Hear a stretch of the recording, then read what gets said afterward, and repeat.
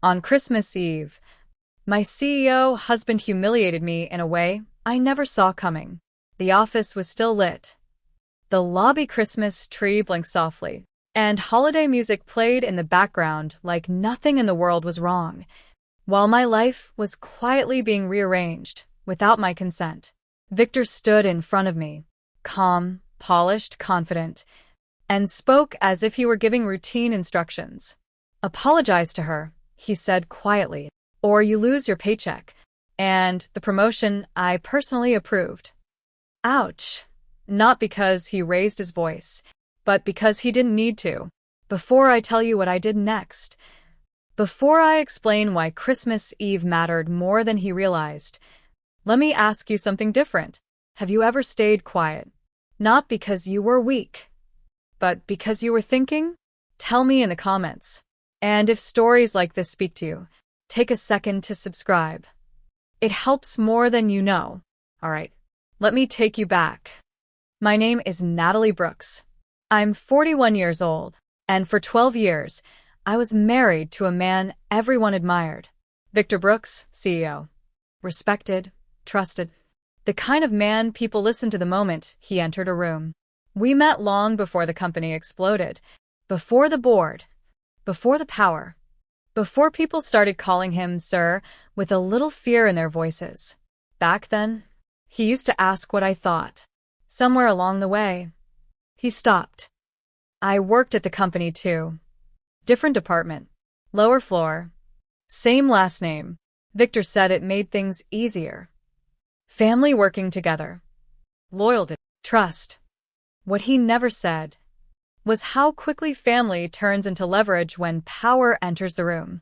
The girlfriend's name was Elena. Young, polished, always nearby at corporate events.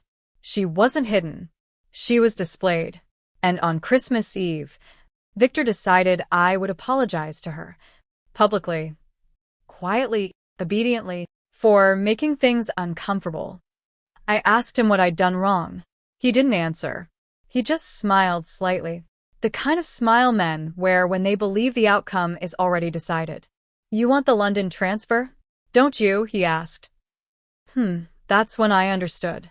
This wasn't about an apology. It was about control. So I looked at him, then at Elena, then at the Christmas tree glowing behind them. And I said one word. Okay. Not emotional. Not angry. Just okay. Victor relaxed instantly, satisfied, certain he'd won. What he didn't know was that Christmas Eve wasn't just a holiday. It was a deadline. And by saying yes, I had just activated something buried deep inside his own system, something he had never bothered to read. That night, while snow began falling outside, I packed one bag, quietly, carefully. And before Christmas morning arrived, a set of documents left my hands and started moving through channels Victor believed only he controlled. The apology happened later that same night, on Christmas Eve, exactly when Victor decided it would hurt the most. Most of the office was already empty, desks dark, holiday decorations blinking quietly as if they didn't belong in a room like that, and the silence made every word feel heavier than it should have. Elena stood near Victor's desk, arms folded, her posture relaxed in a way that told me she believed she had already won. And Victor didn't even look at me when he spoke. "Say it," he murmured calmly, not as a request, but as an instruction, the same tone he used when approving budgets or dismissing problems he didn't want to think about. I took a slow breath, steadying myself, and looked directly at her. "I'm sorry," I said quietly, carefully choosing my words, keeping my voice even, professional, polite, as if this were just another uncomfortable meeting that would soon be forgotten. That was all Victor needed. He nodded once, satisfied, already moving on, and Elena smiled, not kindly, but triumphantly. That smile told me something important. This was never about peace. It was about control. As we left the building together, Christmas lights glowing outside, Victor finally loosened his shoulders and spoke again. Casual now, almost pleased with himself. You did the right thing, he said, as if obedience were a character trait worth praising. People notice cooperation. I nodded, said nothing, and let him believe my silence meant agreement. While inside, something much colder was taking shape. That night, after Victor fell asleep upstairs, I sat alone at the dining table, laptop open, half-written Christmas cards still scattered around me, their cheerful messages suddenly feeling hollow. I logged into the company's internal system, the one Victor assumed I barely understood, the one he had insisted everyone use when the company expanded internationally, years ago, for efficiency. Back then, it had sounded reasonable. Now, it felt dangerous. I searched slowly, carefully, following a path I had noticed months earlier but never questioned. Executive transfers, temporary placements, special approvals, all hidden behind layers of neutral language. And then, I found it, a clause buried deep inside an executive mobility document. Written so blandly, it almost faded into the background. But as I read it, my chest tightened, because the clause explained that if a transfer request was initiated and approved before the fiscal holiday window closed, it became binding immediately, with no personal overrides, no delays, no second chances. And the fiscal holiday window closed Christmas morning. Ouch. Suddenly, the timing made sense. The pressure, the apology, the urgency Victor had shown. All of it. This wasn't just humiliation. It was a countdown. I checked the system clock. The window was still open. Barely. Minutes ticking away while snow fell softly outside and the house remained quiet. I stared at the screen, knowing that one decision would change everything, knowing there would be no undoing it once it began, and knowing that if Victor realized what I was about to trigger, he would stop me immediately. And that's when I heard movement upstairs. Slow footsteps, followed by Victor calling my name. His voice far too alert for midnight on Christmas Eve. Victor stopped at the top of the stairs, then turned slightly, his hand still resting on the railing, as if he were deciding whether to come down or simply watch me from a distance. Natalie, he called again. Calm, too calm. The kind of calm that made my stomach tighten. I didn't answer right away.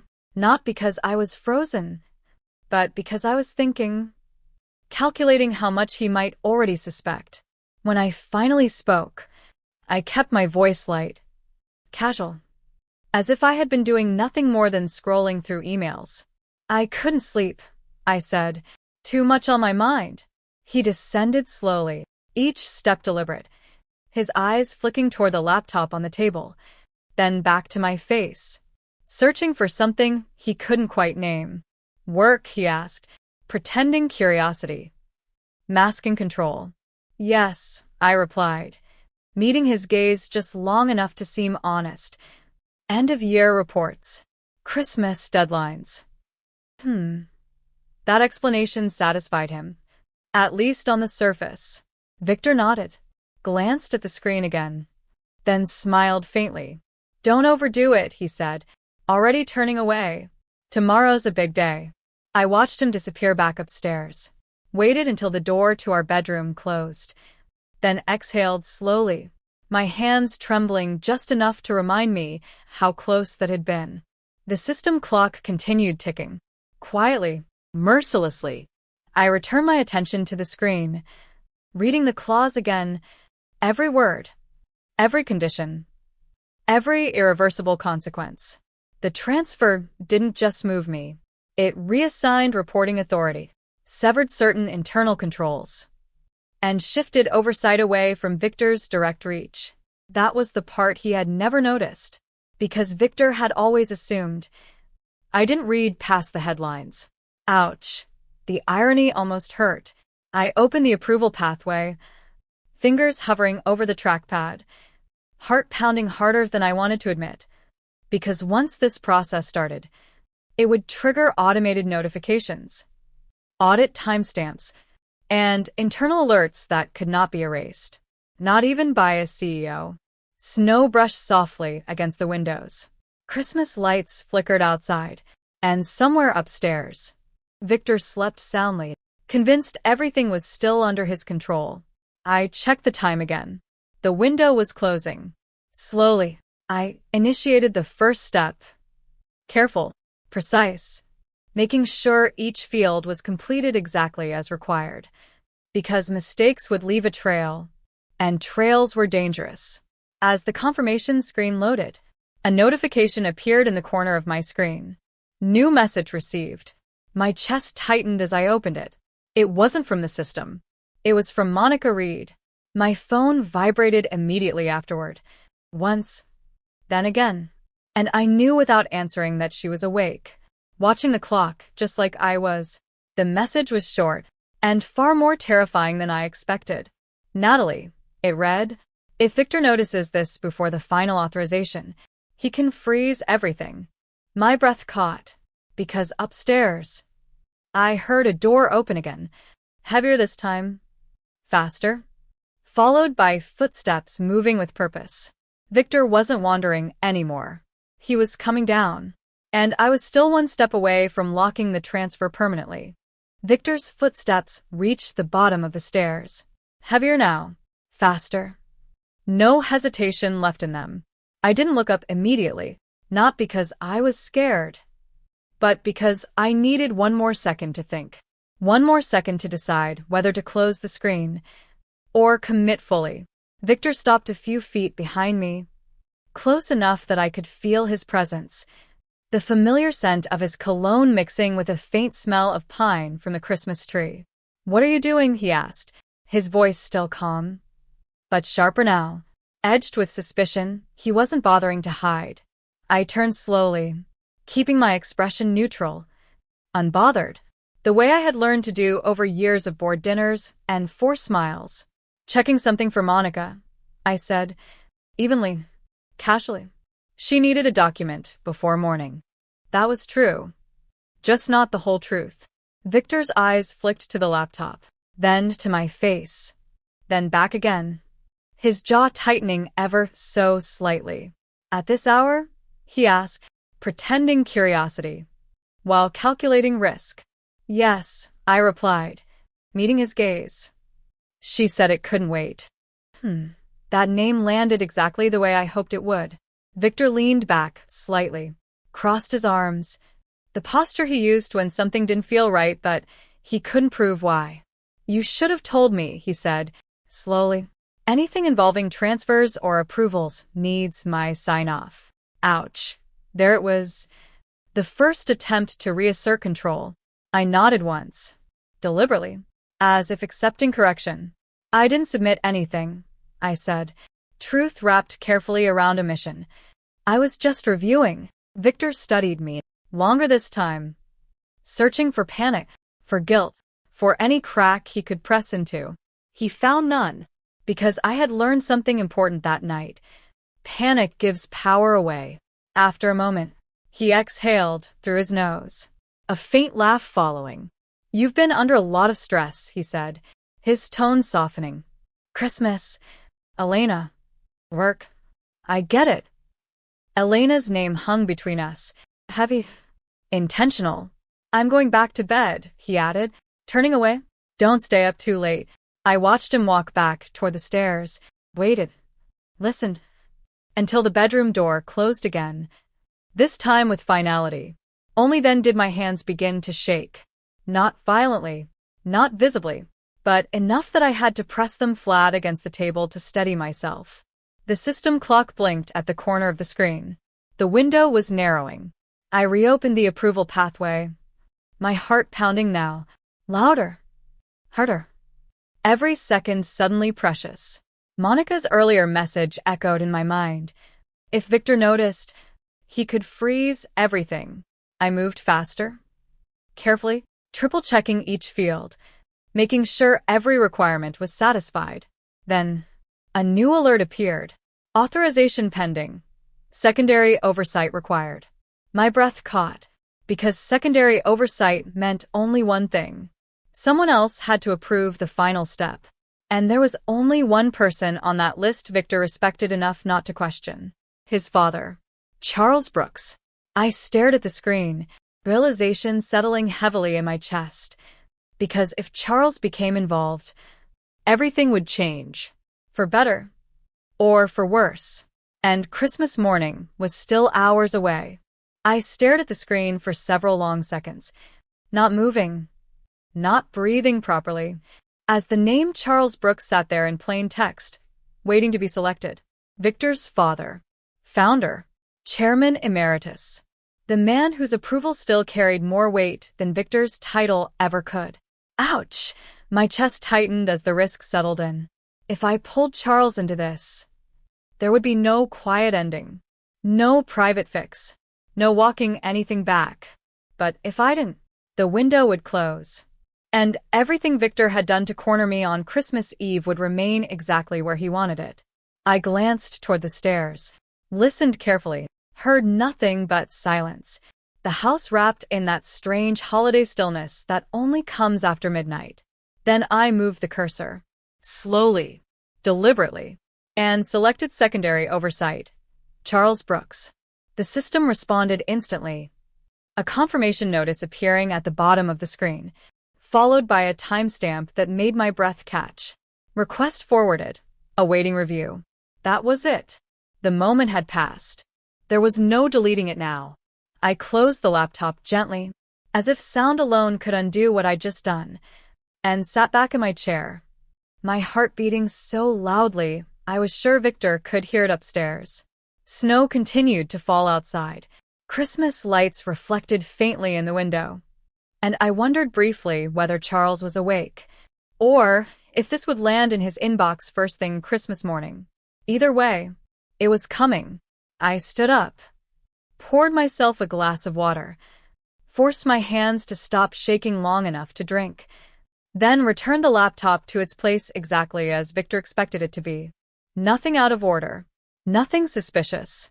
I went upstairs quietly, slid into bed beside him, and lay there staring at the ceiling, my mind racing ahead to consequences I could no longer control. Because Charles Brooks wasn't just Victor's father. He was a man who hated surprises and despised public embarrassment even more. And I had just placed both in his hands. Morning arrived slowly, gray light creeping through the curtains.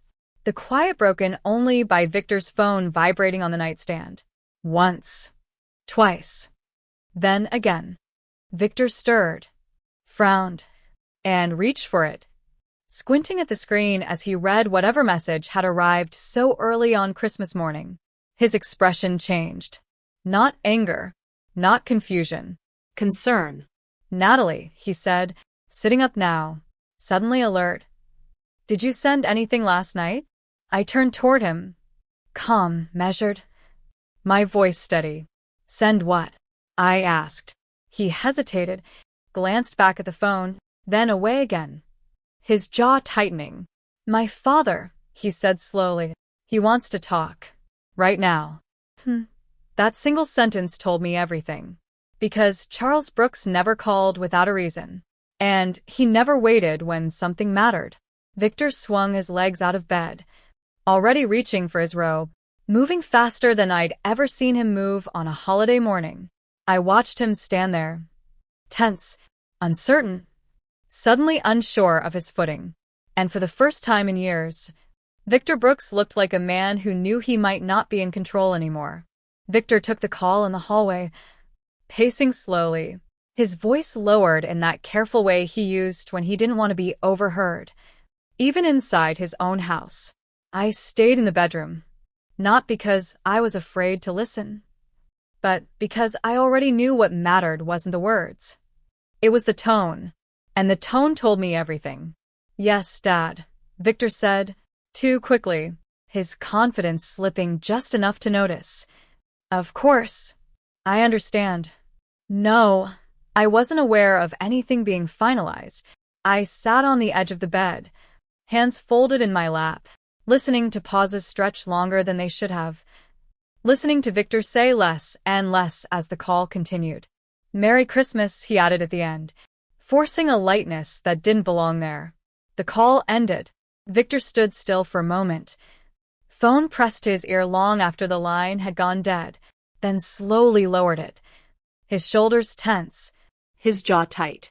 When he finally turned toward me, his expression was composed, but something underneath it had shifted. "My father received a transfer request," he said, carefully, watching my face as he spoke. "One that appears to involve you." I met his gaze. Calm, neutral. The way years of practice had taught me. "Oh," I said, evenly. "Is that unusual?" That question unsettled him more than denial ever could have. Victor exhaled slowly, sat down at the foot of the bed, running a hand through his hair. "It's just unexpected," he replied, choosing his words. He wanted clarification. Clarification about what? I asked, my voice steady. Curious, not defensive. Victor hesitated, and that hesitation told me exactly how little control he felt in that moment. "About timing," he said, finally, "and authorization." Ouch. There it was again, the language of power. Timing, authorization. The same words he'd used to corner me the night before. "And what did you tell him?" I asked. Victor looked away, toward the window. Snow still falling softly outside. Christmas morning unfolding without any awareness of the tension inside this house. "I told him I'd review it," he said, quietly, "that it might have been premature." I nodded once, thoughtfully, as if that explanation made sense. Inside, my pulse quickened, because if Victor reviewed it now, he would see everything. The clause, the deadline, the approvals already locked. And if he saw that, he would know. "Dad wants a meeting," Victor continued, standing now, his movements sharper, more urgent. "All of us. Today." "Today?" I repeated, gently. "On Christmas?" He nodded, irritation flickering across his face. Quickly masked. He said it couldn't wait. Of course it couldn't. Charles Brooks didn't wait when something touched the company. Or the family name. Victor turned toward the closet, already reaching for a suit, his holiday ease completely gone. "I'll handle this," he said, firmly, more to himself than to me. I watched him move, watched the man who had controlled every outcome for years now rush through motions he couldn't slow down. And as he stepped into the bathroom, shutting the door behind him, I allowed myself one quiet breath. Because Charles Brooks wasn't asking questions anymore. He was calling people together. And when that happened, answers were required. Charles Brooks' house looked exactly the way it always did on Christmas morning. Elegant, orderly, and painfully calm, as if nothing bad was ever allowed to happen within its walls. Victor drove faster than usual, one hand tight on the steering wheel, the other tapping lightly against the door. A habit he only had when he was thinking too many steps ahead and still falling behind. Neither of us spoke during the drive. Christmas decorations passed by outside. Wreaths, lights, families carrying wrapped boxes into warm houses. And for the first time, I noticed how distant all of it felt, like we were moving through a holiday that no longer belonged to us. Charles opened the door himself. No smile. No greeting. Just a measured look that lingered on Victor a second too long before shifting to me. "Natalie," he said calmly, stepping aside to let us in. "Merry Christmas." The living room was immaculate. Fireplace lit. Stockings already arranged. But the atmosphere was unmistakably tense, like a boardroom disguised as a family space. Charles didn't invite us to sit right away. Instead, he walked toward the large window, hands clasped behind his back, staring out at the snow-covered garden. "I received a notification early this morning," he said, without turning around, regarding an internal transfer request. Victor straightened immediately, slipping into his professional posture. "Yes, Dad," he replied, smoothly. "We believe it was submitted prematurely." "I was planning to." Charles raised one hand. Victor stopped mid-sentence. "Ouch." That silence carried more authority than any raised voice ever could. I didn't ask for your explanation yet, Charles said, evenly. I asked for clarity. He turned then, finally facing us, his eyes sharp, deliberate, and far more focused than Victor expected. Natalie, he continued, his tone shifting slightly, this request lists you as the initiating party. Victor's head turned toward me instantly, his expression controlled, but the tension in his jaw unmistakable. Yes, I said, calmly, meeting Charles's gaze. That's correct. Victor inhaled sharply. You didn't mention this, he said to me, low, tight.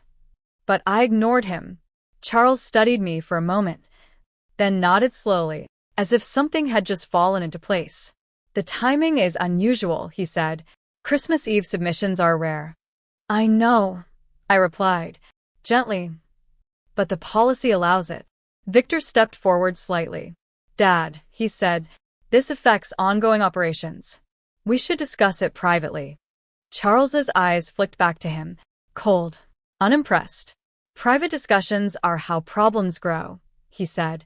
This one arrived in my inbox for a reason. He paused, then added the sentence Victor wasn't ready to hear. And I'd like to understand why this transfer was initiated after you threatened to revoke your wife's promotion. The room went still. Victor froze. And in that moment, I knew. The story Victor had been telling himself, and everyone else, was already unraveling. The silence that followed Charles's question felt heavier than anything that had come before it. Thick, deliberate, impossible to escape.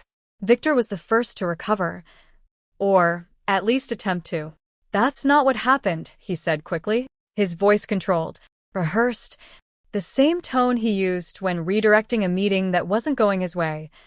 Natalie misunderstood a professional boundary issue, and I addressed it.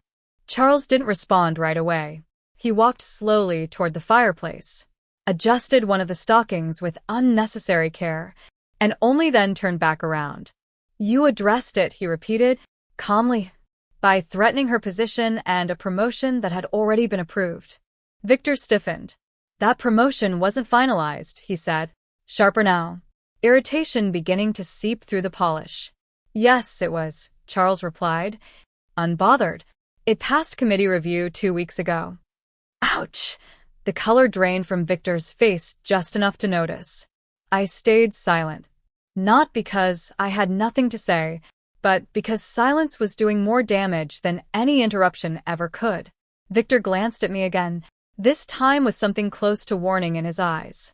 Natalie, he said, forcing a smile. Why don't you explain what you thought you were doing? I met his gaze, steady, measured, and then turned back to Charles. I was complying, I said quietly, with the ultimatum I was given. Victor laughed once. Short, dismissive, the sound of a man trying to regain ground. An ultimatum, he said, that's dramatic. Charles's attention snapped back to him. Is it, he asked. Because it's consistent with what I've been reviewing. He reached for a tablet on the side table, tapped the screen once, then turned it so Victor could see. The color drained fully from Victor's face this time. That internal audit request, Charles continued, didn't come from Natalie. It came automatically after the transfer sequence was initiated. Victor swallowed. And when that happens, Charles added, it flags patterns. The word hung in the air, heavy, unmistakable. Patterns? Victor asked, carefully, his confidence now replaced by calculation. Yes, Charles said. Patterns of authority misuse, timing pressure, and conflict of interest. The room felt suddenly smaller. I don't understand how this escalated so quickly, Victor said, his voice lower now, almost controlled, almost respectful. That's because you weren't paying attention, Charles replied, flatly. He turned to me again, his expression unreadable, but no longer dismissive. Natalie, he said, was there a reason this transfer needed to be executed before Christmas morning? I took a breath, slow, deliberate, and nodded. Yes, I said, because after that, It could be stopped. Victor's head snapped toward me. What did you do? He asked, no longer hiding the edge in his voice. I looked at him calmly and answered honestly. I followed the policy you trusted to protect you. Charles's gaze sharpened. Which policy? He asked. And before I could answer, Victor stepped forward, his phone buzzing violently in his hand, notifications stacking faster than he could read them. His breath caught, because whatever had just gone through the system had reached far more people than he expected. Victor stared down at his phone, his thumb hovering over the screen, frozen, as if touching it might make everything worse. The notifications kept coming, one after another, soft vibrations stacking into something impossible to ignore. And with each one, his breathing grew more controlled, more forced, the way it always did when he was trying to hold authority together. Charles watched him quietly, not with anger, not with disappointment, but with something far more unsettling. Patience. Answer it, Charles said calmly, his voice steady. Final. Victor hesitated, then swiped the screen and held the phone to his ear, turning slightly away from both of us, lowering his voice as he spoke. Yes, I'm aware. No, I didn't authorize that yet. I'll review it shortly. He paused. Listen, his posture stiffening. I understand the implications, he added, more carefully now. I just need time. The call ended. Victor lowered the phone slowly, his jaw tight, his eyes no longer meeting mine or his father's. That was compliance, he said, choosing his words.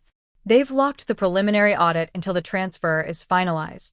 Charles nodded once, as if confirming something he already knew. That's standard, he replied. Once an audit begins, it doesn't pause for convenience. Victor let out a short breath, frustration creeping through the cracks. This is getting out of hand, he said. It doesn't need to go this far. That was the first time he'd admitted anything felt beyond his control. Charles stepped closer, his tone still calm, but sharper now. It went this far the moment you tied your wife's livelihood to a personal demand, he said, Christmas Eve or not. Victor turned toward me again, his expression tight, calculating, almost pleading now. Natalie, he said, you know this wasn't my intention. I met his gaze, steady, unflinching. Then you shouldn't have given me a deadline, I replied quietly. The words landed harder than I expected. Victor opened his mouth to respond, then stopped, realizing there was nothing he could say that wouldn't make things worse. Charles exhaled slowly, glanced toward the window, then back at Victor. There's something else, he said, deliberately, that concerns me. Victor straightened instantly. What? He asked. The transfer, Charles continued, reassigns reporting authority away from you for the duration of the placement. Victor frowned. That's temporary, he said quickly. Yes, Charles replied, but during that time, decisions won't pass through you. The implications settled heavily. Ouch! Victor's shoulders tightened, the reality sinking in that this wasn't just about Natalie leaving. It was about him being sidelined. And if the audit finds cause, Charles added, that temporary shift could become permanent. Victor's phone buzzed again. This time longer, louder. And he didn't answer it. Instead, he looked at me, truly looked at me, as if seeing me clearly for the first time in years. You planned this, he said quietly, not accusing, not angry, just stunned. I took a slow breath, feeling the weight of the moment. No, I replied. I responded to what you planned. The room fell silent again, but this time, the silence felt different, like something irreversible had already begun. The drive back from Charles's house felt longer than it should have, the road quiet, the sky heavy, a Christmas morning moving forward without any regard for what was unfolding inside the car. Victor didn't speak at first. His hands stayed firm on the steering wheel, his jaw set, his eyes fixed straight ahead as if focus alone could undo what had already started. I watched him carefully, not with anger, not with satisfaction, but with the awareness that something fundamental had shifted between us. "You shouldn't have gone through my father," he finally said, his voice low, controlled, the sound of someone trying to regain footing. "I didn't," I replied, calmly. "The system did." He exhaled sharply, glanced at me for a fraction of a second, then back to the road. "That doesn't make it better," he said. "It complicates things." Complicated was the one thing Victor had always avoided. By the time we reached home, his phone was buzzing again. Emails now. Calendar alerts. Messages marked urgent, and I could feel the urgency creeping into his movements as he unlocked the door and walked straight toward his office. He didn't ask me to follow. He didn't need to. I stayed in the kitchen, pouring myself a cup of coffee, listening to the muffled sound of his voice through the closed door as he began making calls, his tone shifting from authority to negotiation. "Yes, I'm aware," he said, more than once. "We're handling it internally." The word internally echoed in my mind, because I knew that was no longer true. The audit had its own momentum now. The transfer had its own rules. And Victor's influence had limits he had never believed applied to him. When he finally emerged, his expression was tight, his tie loosened, the polish worn thin. "The board has been notified," he said, not looking at me. "They want a preliminary briefing." "When?" I asked. He hesitated, then answered, "This afternoon." Ouch! Christmas Day. The irony wasn't lost on either of us. "They'll want answers," he added, his voice quieter now, "and they'll want them quickly." I nodded, took a slow sip of coffee, letting the silence stretch just long enough to remind him that this wasn't a conversation he controlled anymore. "Victor," I said gently, "did you ever consider what would happen if I said no that night?" He looked at me then, truly looked, his expression unreadable. "I didn't think you would," he admitted. "That's the problem," I replied, calmly, without accusation. He turned away again, running a hand through his hair, pacing once, then stopping abruptly. "There's still time," he said, more to himself than to me. "If we present this carefully, if the transfer is framed as mutual." "Don't," I interrupted, quietly, firmly. He stopped, because he heard it in my voice. This wasn't about framing anymore. Victor's phone buzzed again, this time with a tone he didn't recognize. And when he checked the screen, his face went still. "What is it?" I asked. He swallowed. "The board wants you present," he said, slowly. "They want to hear from you, directly." The board call was scheduled for early afternoon, just late enough to ruin Christmas, and just early enough to ensure no one could ignore it. Victor spent the hours leading up to it pacing his office, adjusting documents, rehearsing explanations that kept shifting as new emails appeared, while I sat quietly at the dining table, coffee growing cold, the house strangely silent. Neither of us mentioned Elena. She no longer mattered. What mattered now was exposure. At exactly 1 o'clock, Victor's screen lit up, faces appearing one by one, familiar names, familiar authority, the kind of people who rarely questioned Victor Brooks. Until today. "Thank you for joining on short notice," one of them said, professionally, without warmth. "We'll keep this brief." Victor nodded, composed, slipping into the role he knew best. "Of course," he replied. "I appreciate the flexibility." The chairperson glanced down at her notes, then back up. "This meeting concerns an executive transfer request initiated on Christmas Eve," she said, and an automated audit triggered shortly afterward. Victor inhaled slowly, prepared. "We believe the timing created confusion," he said, "and we're working to clarify the intent." "That's not what concerns us," she replied, evenly. "What concerns us is why the request was initiated under pressure." There it was. Victor's jaw tightened.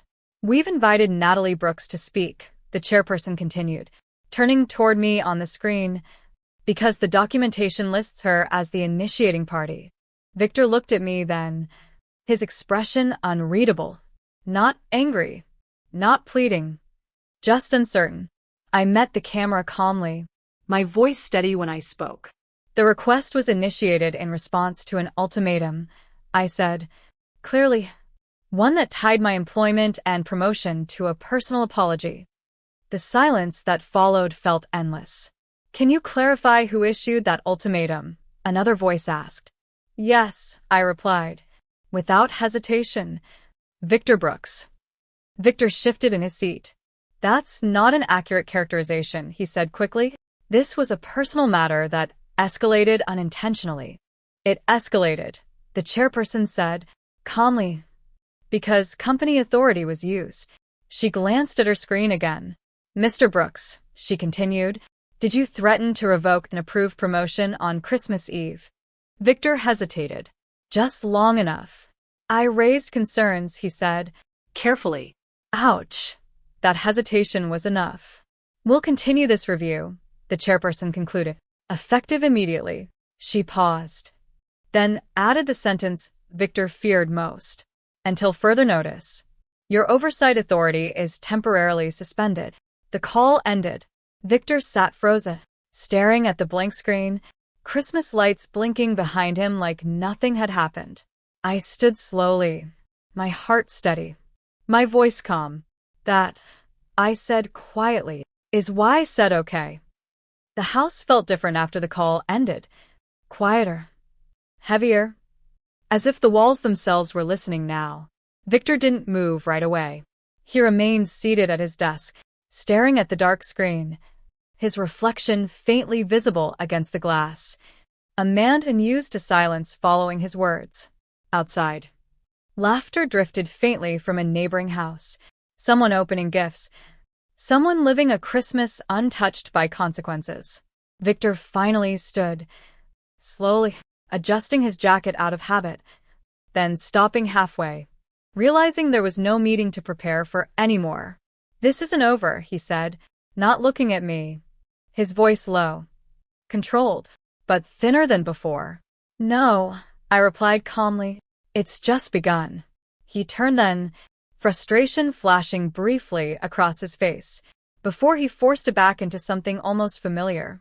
You embarrass me, he said, in front of the board, in front of my father. Ouch. That was the wound he felt most. You put me there, I answered, evenly. Christmas Eve.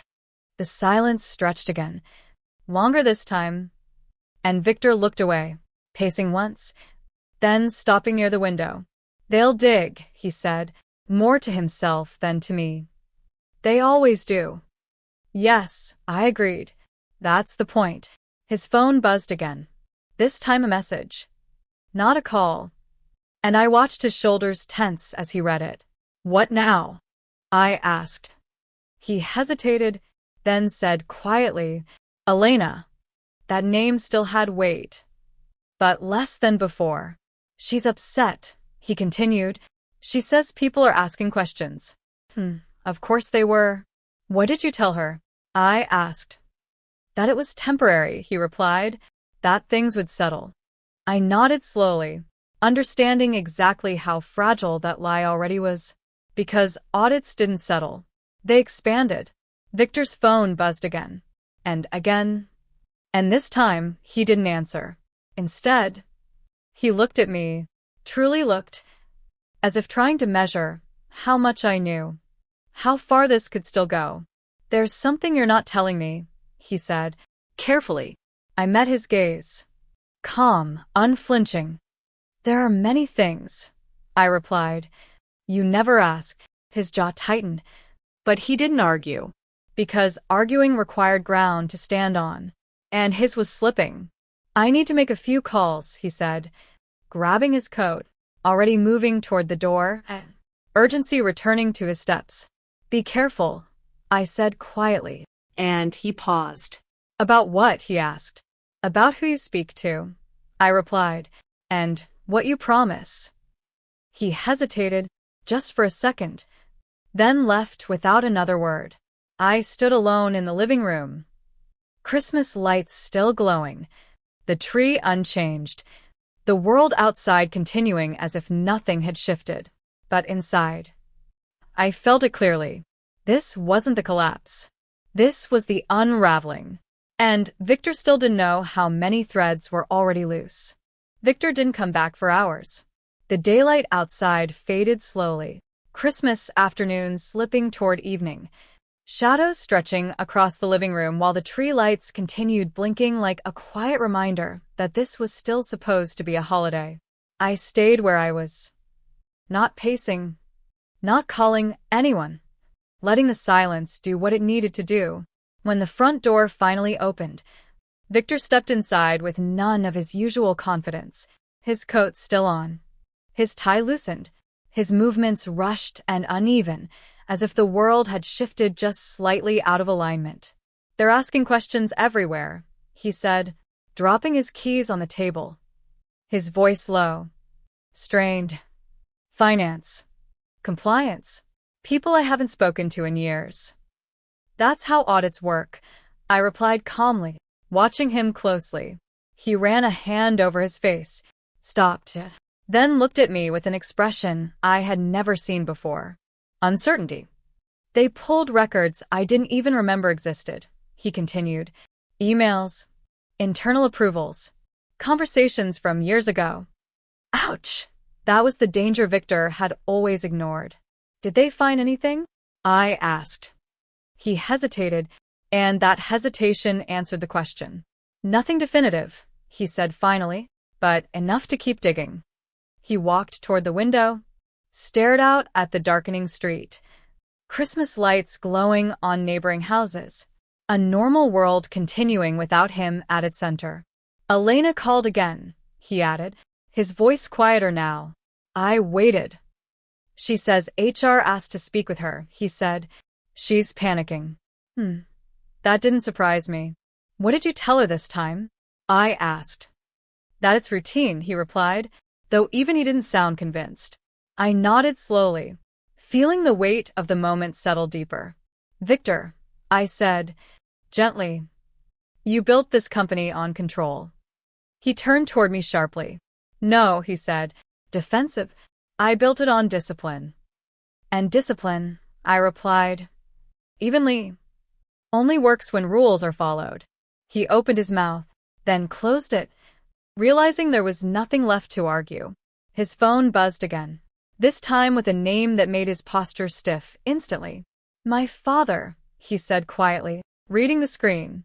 He answered on the second ring, turning away, lowering his voice as he listened.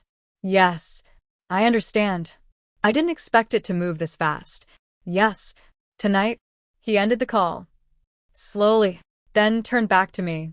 "He wants us there," Victor said. "Dinner." Ouch. Christmas dinner. "Does he know everything?" I asked. Victor shook his head, once uncertain. "He knows enough," he said, "and that worries me." We stood there, facing each other, years of history pressing into the silence. "I need you to come," he added, carefully. "It'll look better if we're united." I looked at him, really looked, and saw a man trying to protect an image that was already cracking. "I'll come," I said, calmly, "but not for the reason you think." His eyes narrowed. "What reason is that?" he asked. I met his gaze. Steady, resolved. "Because tonight," I said quietly, "the truth stops waiting." Charles Brooks' dining room was set perfectly. Polished silverware, crisp white linens, candles already lit as if this were an ordinary Christmas dinner and not a reckoning disguised as tradition. Victor's mother greeted us quietly, her smile careful, practiced, the kind worn when something is wrong but must not be acknowledged. Charles stood near the fireplace, glass of wine in hand, his posture relaxed, but his eyes sharp enough to miss nothing. "Sit," he said calmly, motioning toward the table. No warmth, no ceremony. We did.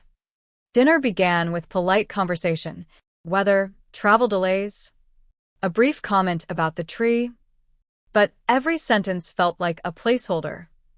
Something spoken only to delay the inevitable. Victor spoke when necessary, measured, respectful, careful not to overstep. And for the first time since I had known him, He sounded unsure of his footing. Halfway through the meal, Charles set his fork down deliberately. The sound soft, but final. I reviewed the preliminary findings, he said, casually, as if discussing a routine expense report. Victor stiffened. They're incomplete, Victor replied quickly. Context will matter. Yes, Charles said, which is why I wanted to hear from Natalie. The room went still. Victor's head turned toward me, his expression tight, warning flickering behind his eyes. Natalie, Charles continued, when Victor demanded that apology. What exactly did he say? I didn't rush my answer. He told me to apologize to Elena, I said calmly, or lose my paycheck and the promotion. Victor leaned forward. That's not how, he began. Charles raised a hand. Victor stopped. Ouch! That silence hit harder than any argument. And when did this happen? Charles asked. Christmas Eve, I replied. Charles nodded slowly, absorbing that detail, then turned back to Victor. You use company authority on a holiday to resolve a personal situation, he said, not angry, just precise. Victor swallowed. I was trying to prevent disruption, he said, quietly. You created it, Charles replied. The words landed heavy. Elena's name wasn't spoken, but her presence filled the space anyway, uninvited, unavoidable. I also reviewed the transfer clause, Charles continued, turning back to me. The one activated before the holiday window closed. Yes, I said. And you understood the consequences, he said. I did, I replied. Charles studied me for a long moment, then nodded. That tells me something, he said, about intent. Victor's phone buzzed softly in his pocket. Once, then again. But he didn't reach for it. Tomorrow, Charles said, pushing his chair back slightly. The board will meet again. Victor looked up sharply. With or without me, he asked. Charles met his gaze. Unflinching. That depends, he said, on what else comes out tonight. The room went silent. And in that silence, I felt it clearly. This dinner wasn't the end. It was the opening. The rest of dinner passed with forced politeness. Plates cleared, wine poured, conversation carefully neutral. But no one was fooled by the calm surface. Victor barely touched his food. His attention stayed fixed on his father. Watching, waiting, trying to predict what question might come next, and failing every time. Charles, on the other hand, appeared unhurried, asking Victor's mother about travel plans, commenting on the snow, letting time stretch just long enough to make Victor uncomfortable. After dessert, Charles rose from his chair, buttoned his jacket slowly, and looked directly at Victor. Come with me, he said, quietly, not a request. Victor followed him toward the study, the door closing softly behind them, leaving the rest of the house wrapped in an uneasy stillness. I remained seated, hands folded, listening to the muffled sound of voices through the door, too low to make out words, but sharp enough to tell when the tone shifted.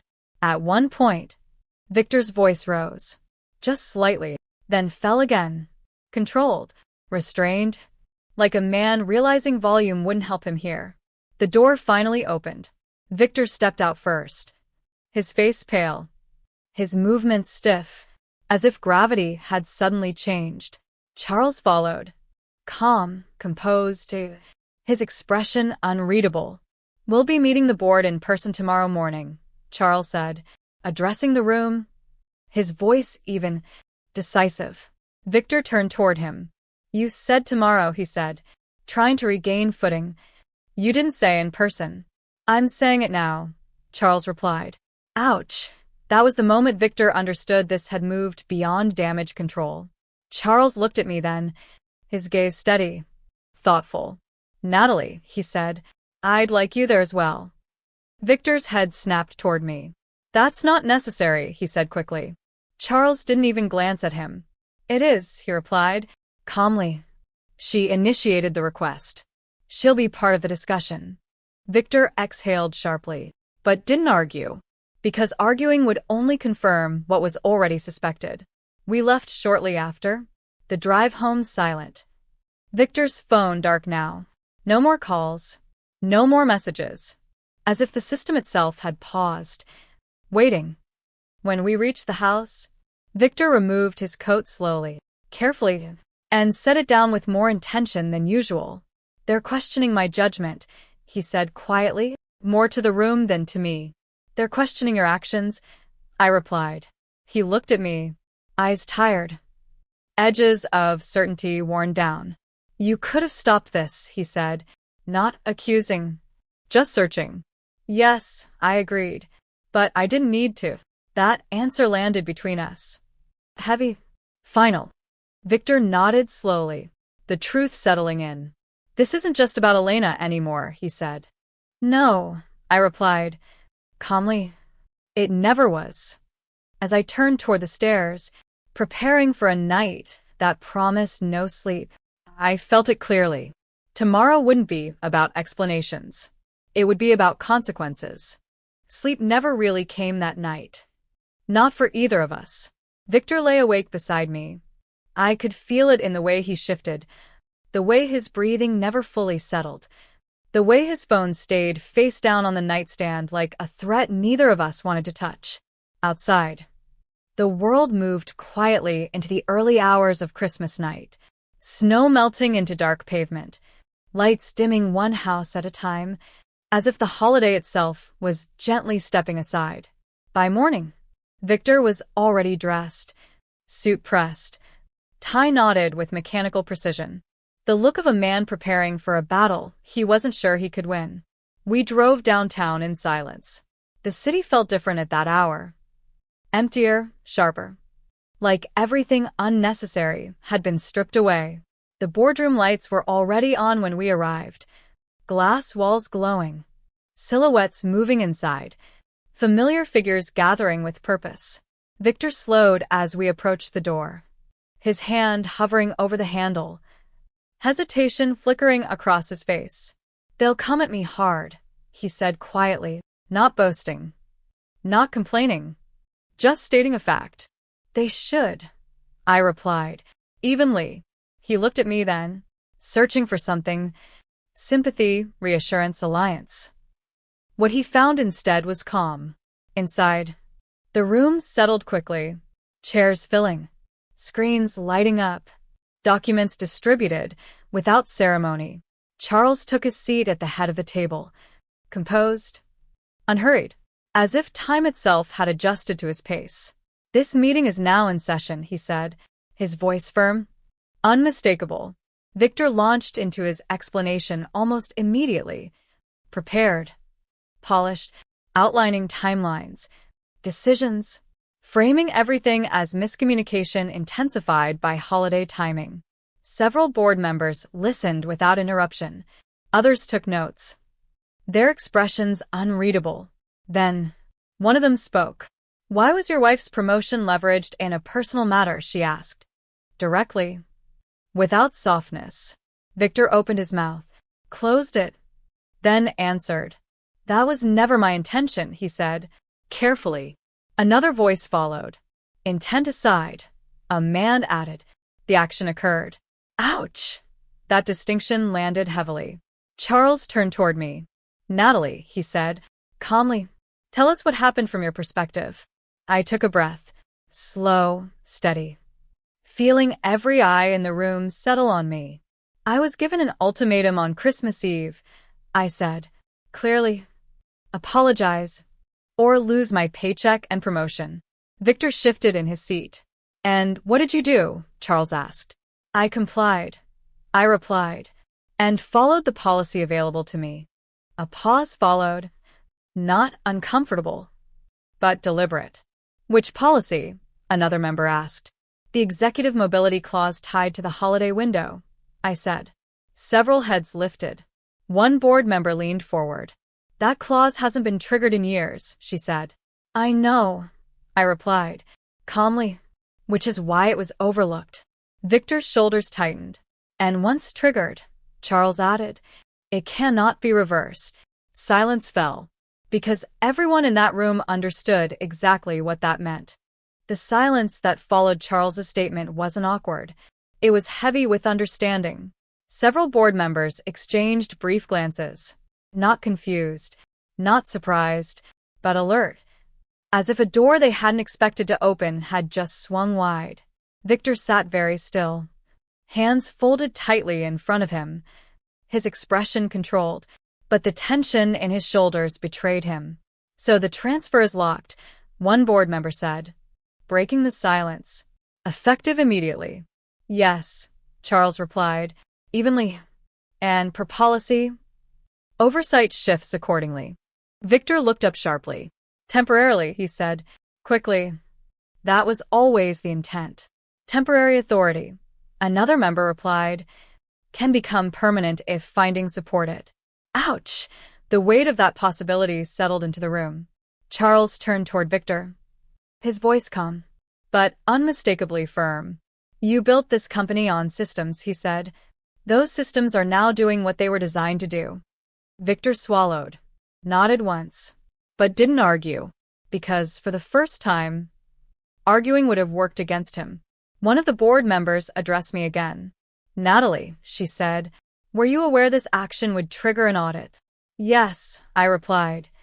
"Honestly, I understood the risk." "And you proceeded anyway," she said. "Yes." She nodded slowly, not disapproving, not approving, simply acknowledging resolve. Victor finally spoke again, his voice quieter now, stripped of its usual authority. "This has gone far enough," he said. "We can resolve this internally, without damaging the company." Charles turned to him slowly. "No," he said, "we can't." Victor flinched. "This isn't about embarrassment," Charles continued. "It's about precedent." The word hung in the air, sharp, unavoidable. "If we ignore this," Charles said, "we teach every executive that authority can be used personally, without consequence." Victor leaned back, slightly, staring at the table, absorbing the truth he had spent years avoiding. A final document appeared on the screen, highlighted. Unmistakable. Interim oversight assignment. The board chair spoke. "Effective immediately. Victor Brooks will step aside from direct operational control pending review." Victor's breath caught, not dramatically, not visibly, but enough to notice. "And," she added, "Natalie Brooks' transfer will proceed as scheduled, with full authority and protection." I felt the shift then. Not triumph, not relief, but clarity. Victor looked at me, really looked, his eyes searching for something that wasn't there anymore. "You planned this," he said quietly, not accusing, not angry, just stunned. I met his gaze. Steady, Composed. "I protected myself," I replied. The board chair closed her folder. "This meeting is adjourned," she said. Chairs moved, screens dimmed, people stood. Conversations murmured quietly as reality set in. Victor remained seated for a moment longer, alone in a room where he had once ruled unquestioned. And as I stood to leave, I understood something fully. This wasn't the end of Victor's fall. It was the point of no return. The news didn't spread loudly. It spread quietly, the way real damage always does. By the time Victor and I left the boardroom, emails were already circulating. Meetings quietly canceled, calendars rearranged without explanation, and doors that had once opened automatically for him now remained politely closed. We rode the elevator down in silence. Victor stared straight ahead, hands clasped tightly, his reflection staring back at him from the polished metal walls like someone he barely recognized. When the doors finally opened, he stepped out first, then paused, as if unsure where to go next. "This doesn't mean it's over," he said, not turning around, his voice low, restrained, almost hopeful. "No," I replied calmly, "it means it's visible." That distinction mattered more than he wanted to admit. In the lobby, a few people looked up as we passed. Subtle glances, quickly masked, but unmistakable.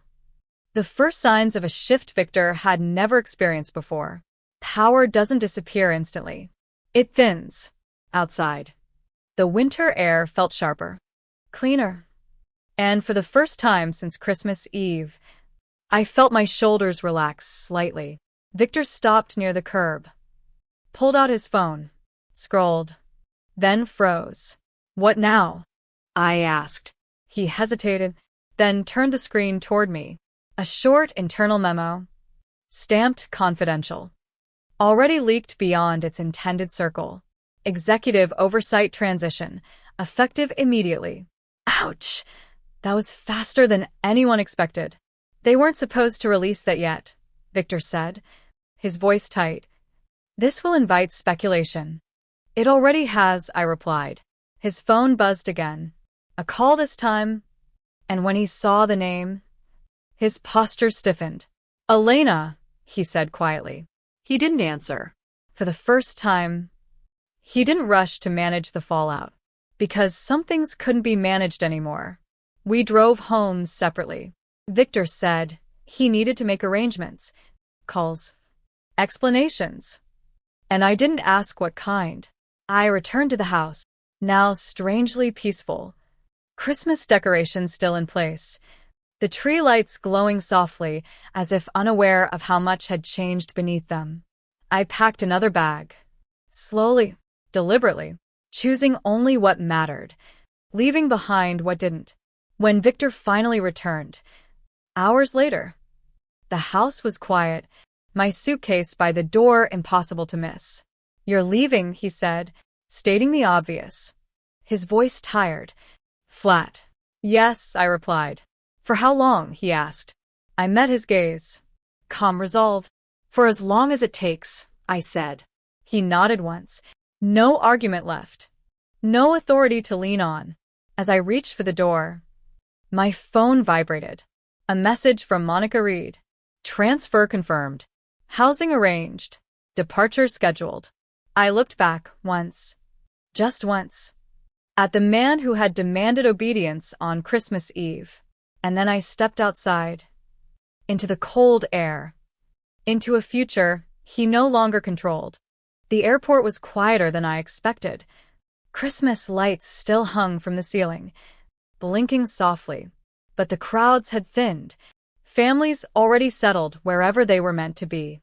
I moved through security calmly, one bag over my shoulder, passport in hand, feeling lighter with every step forward. Not because everything was over, but because the hardest part already was. At the gate, I sat near the window, watching planes taxi slowly across the frozen runway, engines humming, patient, waiting their turn. My phone buzzed again. This time, it wasn't Monica. It was Victor. I stared at his name for a moment, not angry, not tempted, just aware. I let it ring, then stop. A few seconds later, a message appeared. "We should talk. We built this together." Ouch. That sentence used to work on me. Now, it sounded like a delay. I slipped my phone back into my bag, refusing to give the moment more weight than it deserved. Because building something together doesn't mean one person gets to destroy the other when it becomes inconvenient. Across the terminal, a woman laughed softly as her child pressed his face to the glass, pointing at a plane lifting into the sky. I smiled, briefly, realizing how long it had been since I'd noticed things like that. When boarding was called, I stood, joined the line, and felt a strange calm settle over me. Not excitement, not fear. Clarity. As I found my seat, buckled in, and looked out the window, my phone vibrated one last time. A notification from the company system. Transfer completed. Oversight confirmed. No exclamation points. No congratulations. Just confirmation. And somehow, that felt better than applause ever could. The plane began to move. Slowly at first, then faster. The ground pulling away as the engines roared to life. I closed my eyes briefly, thinking back to Christmas Eve, to the moment Victor had stood in front of me, confident, certain, Convinced obedience was the same as loyalty. He had never asked what would happen if I said yes. He had never considered that silence could be strategy. As the plane lifted into the air, the city shrinking beneath us, I felt the last of that chapter loosen its grip. I wasn't running. I wasn't hiding. I was relocating. With purpose. With protection. With a future no longer dependent on anyone else's approval. Somewhere behind me, Victor was still trying to regain control. Ahead of me, there was nothing to negotiate. Only space. And time. And a life finally aligned with my own voice. London greeted me with gray skies, soft rain, and a quiet kind of promise I hadn't felt in years. Not excitement, not relief, stability. The apartment Monica had arranged was small, clean, overlooking a street that never fully slept. And for the first time in a long while, everything in that space belonged to me. No approvals. No explanations. No careful calculations about how my choices might be received. The first morning, I woke early, brewed coffee, and stood by the window watching people move with purpose. Umbrellas opening. Footsteps quick and certain. I felt grounded. Back home, the company continued its review. Slowly, methodically, the way real accountability always unfolds. Victor tried again. Emails this time. Then a carefully worded message sent through a mutual contact. Each attempt softer than the last. Less demanding. More uncertain. I didn't respond.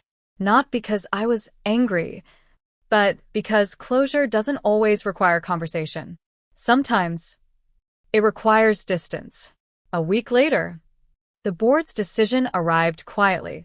No drama, no public spectacle. Just an internal notice confirming what had already become clear. Victor Brooks would not be returning to his role. Not immediately. Possibly not ever. I read the message once, then closed it, feeling neither joy nor sadness. Only a steady sense of finality. Because what mattered most wasn't what he lost. It was what I kept. My work, my dignity, my future. I walked into my new office that afternoon, sunlight filtering through tall windows. My name printed neatly on the door. No shared title. No hidden conditions. Just mine. As I sat down, I thought about Christmas Eve. About the ultimatum. About the word, okay, that had sounded so small and done so much. I hadn't raised my voice. I hadn't begged. I hadn't fought the way people expected me to. I had listened. I had waited. And I had chosen myself. That's the part people misunderstand. Strength doesn't always announce itself. Sometimes, it whispers and lets the world underestimate it until it's too late. If this story resonated with you, if you've ever stayed quiet while planning your next step, I'd love to hear from you. Tell me in the comments which moment surprised you the most.